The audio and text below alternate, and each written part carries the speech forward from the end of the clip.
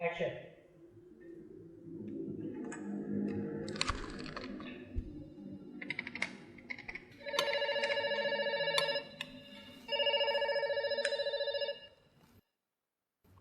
Iya. Halo, selamat siang Pak Ami. Selamat siang. Iya Pak Ami. Saya perkenalkan, nama saya Dimas dari Bank KRUT Pak. Ada apa Mas Dimas? Boleh minta waktunya 2 menit sebentar aja Pak. Saya ada kabar gembira buat Pak. 2 menit ya, tapi nanti kita gantian ya. Oh begitu. Ya Mas Dimas 2 menit, kemudian saya ya, nggak masalah? Oh ya boleh, boleh. Boleh, nah, silakan Mas Dimas duluan, ya monggo. Begini Pak, ceritanya saya dari Bank KRUT ingin menawarkan Pak, karena ada produk kami yang terbaru dari Bank KRUT yaitu credit card platinum kami untuk Bapak. Karena kebetulan Bapak yang terpilih jadi calon nasabah kami. Lumayan besar Pak fasilitasnya, banyak sekali. Kita banyak cashback di beberapa merchant yang terbesar di seluruh Indonesia Pak ya. Kemudian kita ada fitur juga yang Bapak bisa melakukan pencairan dana tunai selama sedikitnya 30 juta dan paling cepat 2 hari Pak pencairannya. Berapa hari? 2 hari. Masya Allah ya. Ya, iya Pak, betul Pak. Dan ini pencairan ini langsung kita bantu secepatnya begitu Bapak ajukan gitu.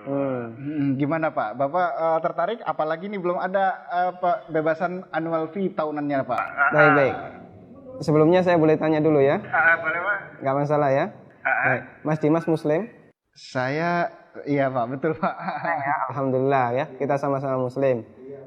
Mas Dimas pernah dengar nggak tentang riba? Iya, pernah dengar maksudnya. Iya.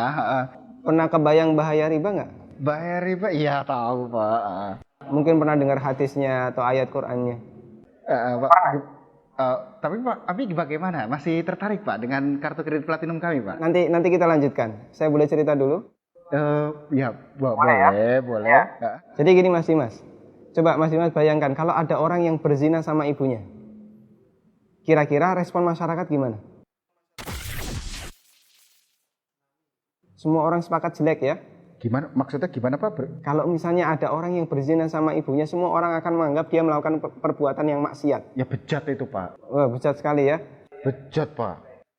Baik, kita sama-sama sepakat untuk itu. Begini, Nabi SAW menyebut bahwasanya riba itu ada 73 pintu. Pintu yang paling ringan, kata Nabi SAW, dosa riba itu seperti berzina sama ibunya Mas. Itu nilai dosa riba yang paling ringan. Coba kalau Anda tadi tawarkan 30 juta, itu berapa nilai ribanya? Ya, tapi kan...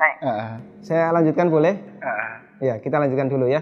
Saya sebutkan, ini ada beberapa fase kehidupan manusia. Orang yang makan riba semuanya mendapatkan azab dari Allah.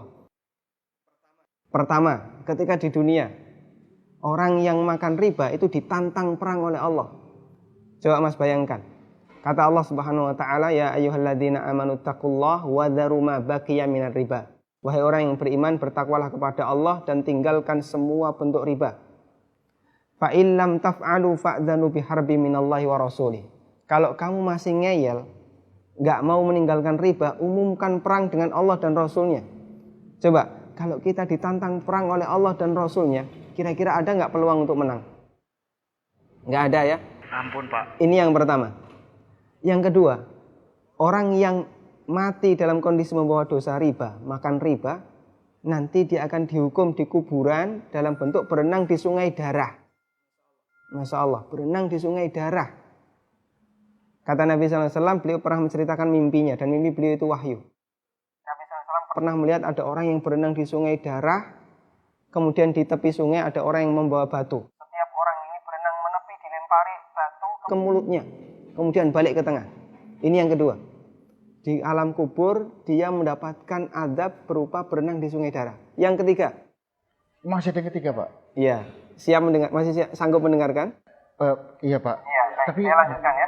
Iya Pak. Tapi ketika orang ini dibangkitkan oleh Allah dari alam kubur, dia dibangkitkan dalam kondisi sempoyongan Mas. Allah Subhanahu wa taala bercerita, alladzina ya'kuluna riba la yaqumuna illa kama yaqumul ladzi yatakhabbathu syaitan minal mas. Orang yang makan riba, mereka akan dibangkitkan pada hari kiamat dalam kondisi sempoyongan seperti orang yang kerasukan. Iya Pak. Artinya yang lain berjalan normal, dia sendiri sempoyongan. Menyakitkan.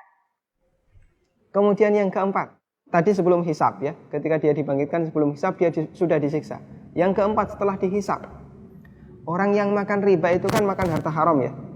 Iya Pak. Makan harta haram, kita sepakat itu. Kalau kemudian daging kita tumbuh dari sesuatu yang haram, berhak nggak dapat surga? Enggak Pak. Layak nggak dapat surga? Enggak Pak. Sementara tempat di akhirat cuma ada dua pilihan. Kalau nggak surga, Neraka Pak. maka kata Nabi SAW, kullu lahmin nabata bin suhtin, setiap daging yang tumbuh dari sesuatu yang haram, kata beliau, annar aulabi. Iya Pak. Neraka lebih layak baginya. Coba Mas Dimas bisa perhatikan, dalam 4 fase kehidupan orang yang makan riba itu semuanya sengsara. Ketika masih hidup di dunia dia ditantang perang oleh Allah. Ketika mati dia berenang di sungai darah. Iya Pak. Ketika dibangkitkan dalam kondisi sempoyongan, setelah hisab dia ditempatkan di neraka. Iya Pak. Masya Allah. Masih ada tawaran yang lain? Ampun Pak. Masih dilanjutkan? Ampun Pak. Mas Dimas bisa renungkan Iya Pak. beberapa poin yang tadi saya sampaikan. Iya, Pak. Nanti kalau misalnya ada sesuatu yang belum jelas, tidak masalah, hubungi saya lagi. Iya, Pak. Kita akan lanjutkan diskusi tentang riba. Iya Pak. Bisa? Bisa Pak. Ya, terima kasih ya. Assalamualaikum. Waalaikumsalam.